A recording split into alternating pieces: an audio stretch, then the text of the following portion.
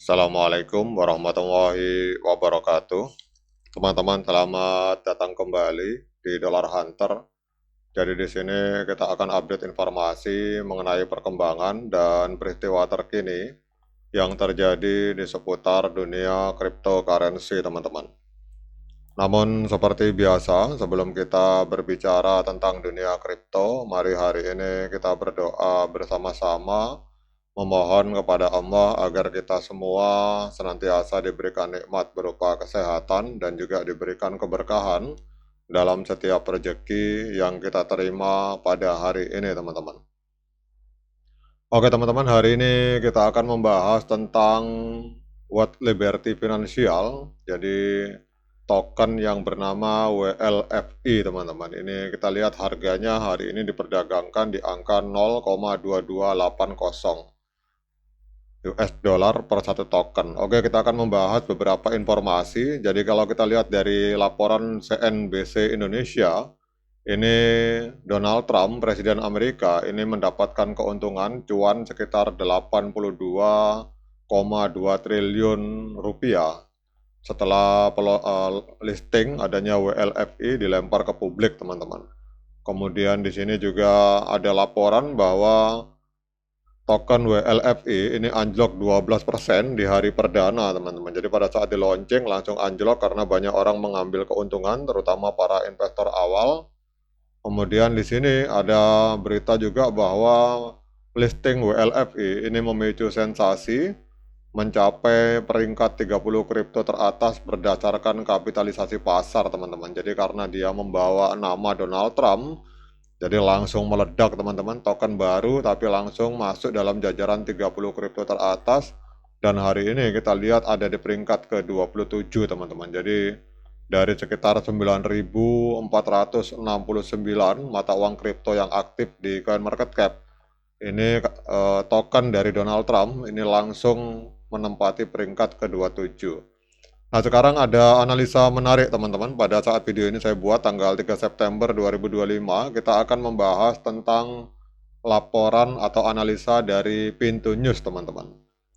Jadi WLFI ini siap mencetak rekor tertinggi baru. Ada dua katalis utamanya, teman-teman. Nah, kita lihat di sini untuk WLFI hari ini diperdagangkan di angka 0,228. Jadi pada tanggal 1 itu pada saat dia listing pertama itu sempat menembus harga 0,46, teman-teman. Jadi harga ini sedang diskon 50% dari harga tertinggi sepanjang masanya. Jadi harga ATH-nya 2 hari yang lalu 0,46. Nah, ini dianalisa oleh Pintu News. Ini akan bisa harganya bisa menembus di atas 0,46, teman-teman. Nah, kita akan membahas tentang tulisan dari WLFI dari Pintu News, teman-teman.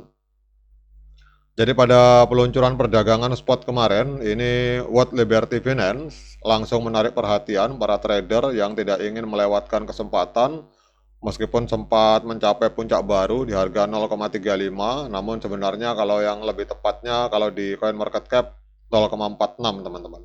Tapi ini laporan dari Pintu. Jadi setelah mencapai harga puncak baru, What Liberty Finance ini mengalami penurunan tajam lebih dari 19% dalam 24 jam terakhir.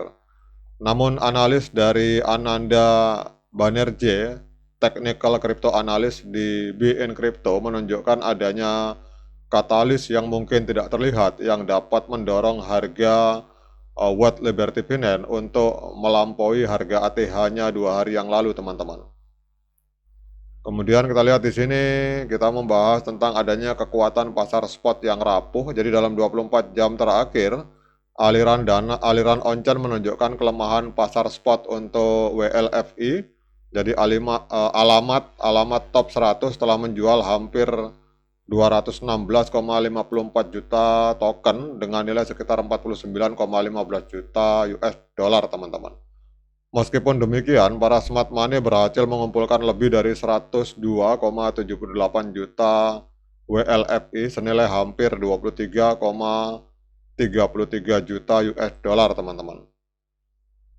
Sementara itu, toko publik terkenal dan telah menjual hampir 546 juta US dollar, walaupun akumulasi oleh para pemegang yang memiliki antara 1 hingga 10 juta token itu terlihat besar secara persentase, namun jumlah ini tidak signifikan dibandingkan dengan skala aliran keluar dari alamat top 100 dan para tokoh publik, teman-teman.